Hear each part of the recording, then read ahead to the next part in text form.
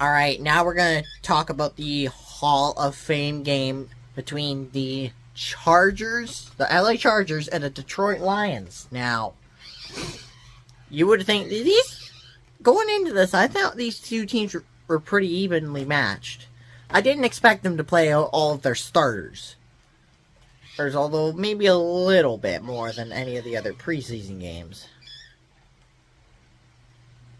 But, yeah. But what I'm about to tell you is very shocking. Very, very shocking. And the final score, I think these two teams were pretty evenly matched. Nope. The Chargers win 34-7. And the Chargers got off to a 14-0 lead. Detroit made it 14-7, but it was all Chargers after that. It was pretty much a blowout. There was basically no contest. This kind of only proves that the Chargers B team is better than the Lions B team. Because I don't think they were playing their starters. There's like Justin Herbert and Jared Goff, I don't believe played in this game. And like, my biggest question is, how would this game end differently if they were playing the starters? That's one of the questions I would like answered. That's one of the questions I would like to know. Oh, but I guess we won't know at least this year because, at least the next couple years, because they play in separate conferences, and the Lions don't play the Chargers this year. So we'll find out in a couple years. There's at least how if this result's going to be different. But for now, in the Hall of Fame game, the Chargers win 34-7. Now I don't know if I'm going to do too much recaps during the preseason. I mean, I'll try to. But I won't do predictions for the preseason. And I'll start doing, and I'll do my week 1 predictions after the preseason, but yeah. But this is a good, I don't know if this is a great start to the NFL season, but for the Chargers it is. But for the NFL preseason, but hey, it's pretty good. But it's a pretty good, we had NFL football. Oh, what more do I need to say? Hey, on to the CFL games. Okay, so now we're going to go into the CFL games. We're going to start with the Calgary and Ottawa game. I'm not going to take too long to say this, because this was not a close game whatsoever. Calgary loses. Ottawa wins. 31-11 was the final score. Put that up there. 31-11. But I'm going to go through this. After the first quarter, Calgary was leading 3-0. It was like 3-0. Dang, they had a lead. Ottawa scored a touchdown in the second quarter, and the whole team basically never looked back from that point. Drew Brown threw 2 touchdowns, but that wasn't all of Ottawa's scoring. And from their offense, it was their defense that caused the trouble. Their defense caused so much trouble. And Vernon Adams Jr. didn't start this game. He was injured, I believe. If he got injured in the last game, I thought he was starting this game. And so that's why I picked Calgary to win this game. If PJ Walker, if I had known PJ Walker was starting the game, I would have picked Ottawa. So I'll start looking at injury reports when I do my picks, because I've been slipping the last couple weeks. But yeah, that was not a great showing from Calgary. Ottawa, they got another win, and I think it might have been me saying that I said they basically refused to try when I did the last Power Rankings video. Oh, I said that they basically refused to try. That probably woke them up, and then they went out and do that. So, well, that's probably the wake-up call that they needed. And so, I don't mean to be rude, but you're welcome. Anyway. And I think Winnipeg-Toronto is the next game. So we'll talk about that. But once again, the final score for the Calgary-Ottawa game, 31-11. Okay, so we just had a crazy, crazy game between the Blue Bombers and the Argonauts. I almost said the Alouettes, but it was Winnipeg and Toronto. Oh, and, oh, man. And this was such a crazy game. Like, how do you go from Toronto keeping it close to blowout to keeping it close to then dominant win? Like, how? Oh, Winnipeg put up 40 points. They win 40-31. 40-31. I would have thought Toronto would have blown them out like they did last time. But apparently I was wrong. Toronto actually started off with the pick 6. And then Winnipeg, the very next play after the pick 6, kick return for a touchdown. And that's tied the score. Winnipeg then and almost replicated the same thing, but then then a couple plays later, Winnipeg got another touchdown. Toronto got a field goal, so that made the score 14-10 at that point. Oh, and by the way, Chris Traveler started for Winnipeg in this game. There was no Zach Caleros, and he had a decent game. He still threw 3 interceptions, but in a crazy game like that, crazy things can happen, so you can't give him too much blame. So, oh my. Okay. Anyway. So, oh man. Hang on a week. Yeah. Then it was, by that time it was 14-10. There was 3 minutes 44 seconds to go. 3 minutes 45 seconds. Let's round it off. So almost 4 minutes. In that span of time, Winnipeg scored 17 unanswered points before Toronto kicked a field goal before halftime. It went from 14-10 Winnipeg to 31-13 Winnipeg at halftime. And that felt like a Winnipeg fumble, scoop and score. They're pretty good at that. So they got back to that. So, they did that, and I think they had an offensive drive, and then there was a field goal. That field goal came before the touchdowns. So, yeah, that's what ended up happening there. But then, and Toronto scored 2 touchdowns of their own out of the gate at halftime. And then I think, what was it, 13? No, they made it 20. I don't know if they scored 2 touchdowns. They made it 23-31. And Toronto scored those points out of the gate. Toronto scored 10 out of the gate. Then it was 23-34. Then it was 23-37. Winnipeg kicks 2 field goals in a row. Toronto touchdown, DeMonte Coxey. Both teams have a lot of talent. And Toronto has a lot of talent. But they keep losing games. Games in the most heartbreaking fashion. They keep losing these high-scoring games. And so we'll get to that in a sec. And DeMonte Coxey went for a touchdown. He will keep he will keep your team in a game for as long as he can. He'll work as hard as anyone. And I can say that for most of Toronto's roster. Just Nick Arbuckle keeps making mistakes. And it's just why they're 2-6. But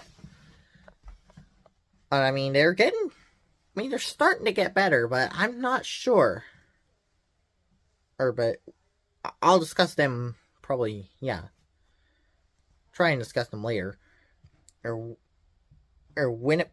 That made the score after the touchdown 37-31 Winnipeg. But Winnipeg then kicks one more field goal, and that ends the score at 40-31. Winnipeg wins. They don't fall below 500. They jump back above. And I think Winnipeg fans will probably like to forget July. I don't know what's going on with Zach Collaros. I don't know what's going on with him. If I knew, I could tell you, but he didn't start this game, which I thought was kind of weird. But I think he was healthy enough to start, but didn't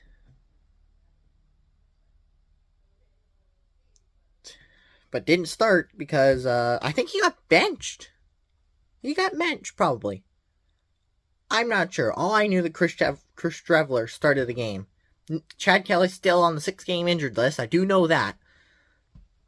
Toronto, both teams have a lot of talent, but Winnipeg used their defensive talent. Toronto used their defensive talent too, but then Winnipeg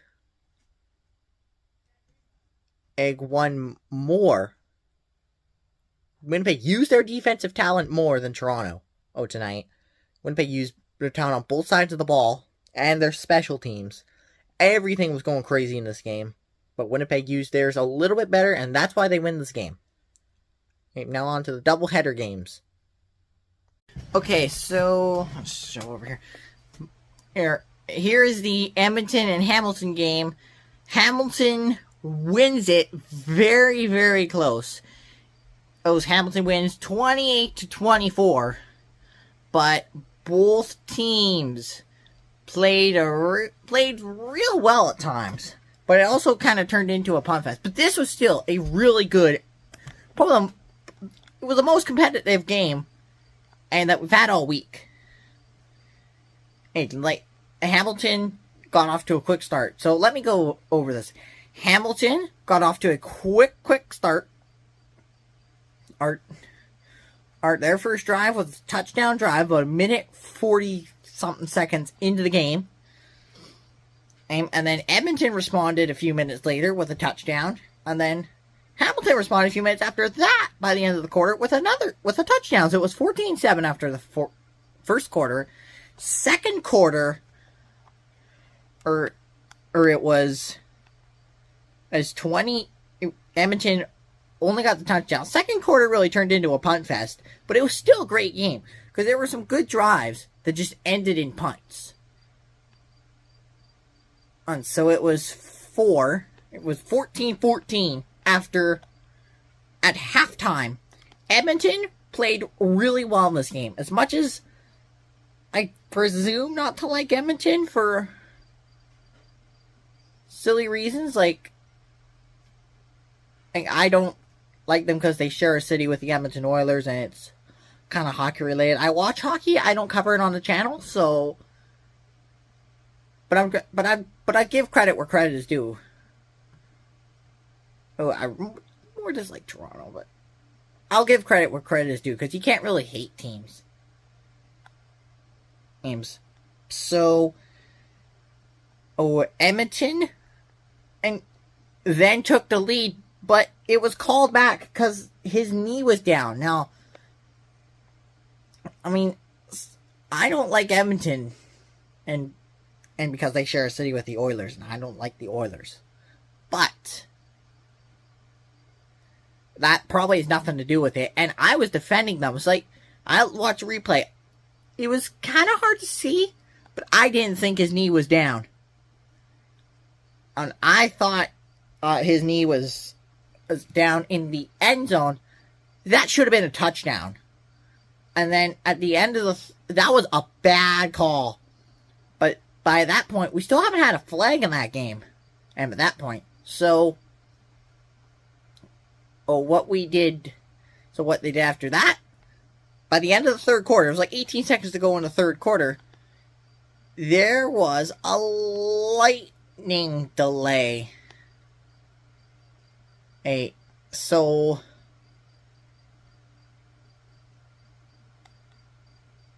Oh, yeah, that lasted for an hour and 15 minutes, that lightning delay. And when I looked at that, most of the sky above the stadium was clear, and then it started to rain. They played through the rain last week. I don't understand what the big deal was. I mean, there was lightning, and there was some low-hanging cloud, but it was quite far from the stadium from my point of view. From my point of view, it was far from the stadium. But I don't make the rules. They postponed that game. They didn't cancel it. And I don't think they could have canceled it because it was a tie game, 21-21 at that point. Hamilton scored a touchdown before that. And in the fourth quarter, Edmonton kicks a field goal, goes up 24-21, but then Hamilton, with 2 minutes to go, gets a touchdown drive, and then after that, the clock runs out, and Hamilton wins their 6th in a row.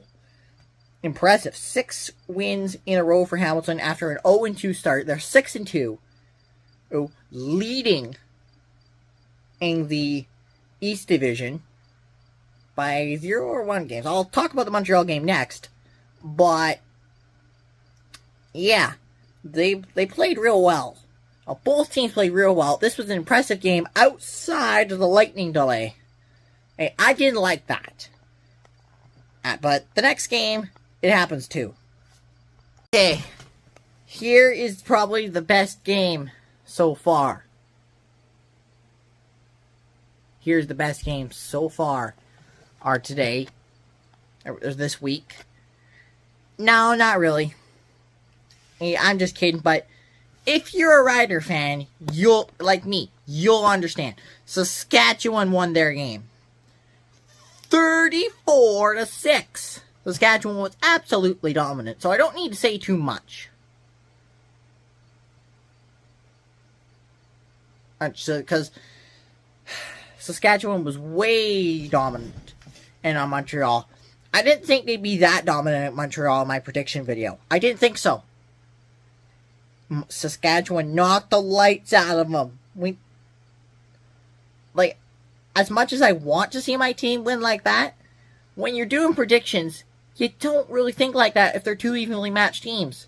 Saskatchewan went in there and showed who's the better team. And McLeod Bethel-Thompson didn't have too good a game. Montreal had 2 turnovers in this game. Saskatchewan dominated all the stats. Passing, rushing, and time of possession. Any positive stat you can think of, Saskatchewan did not turn the ball over. Or I don't believe they turned the ball over. I didn't look at the final turnover stats. So.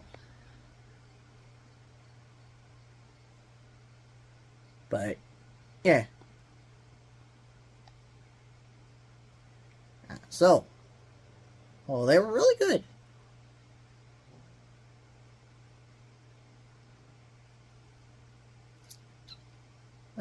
Saskatchewan was really good this week.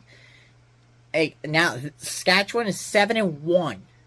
Hamilton's leading, standing alone. Saskatchewan is standing alone. Their own division. Trevor Harris was 19 for 27. AJ didn't have too good a game.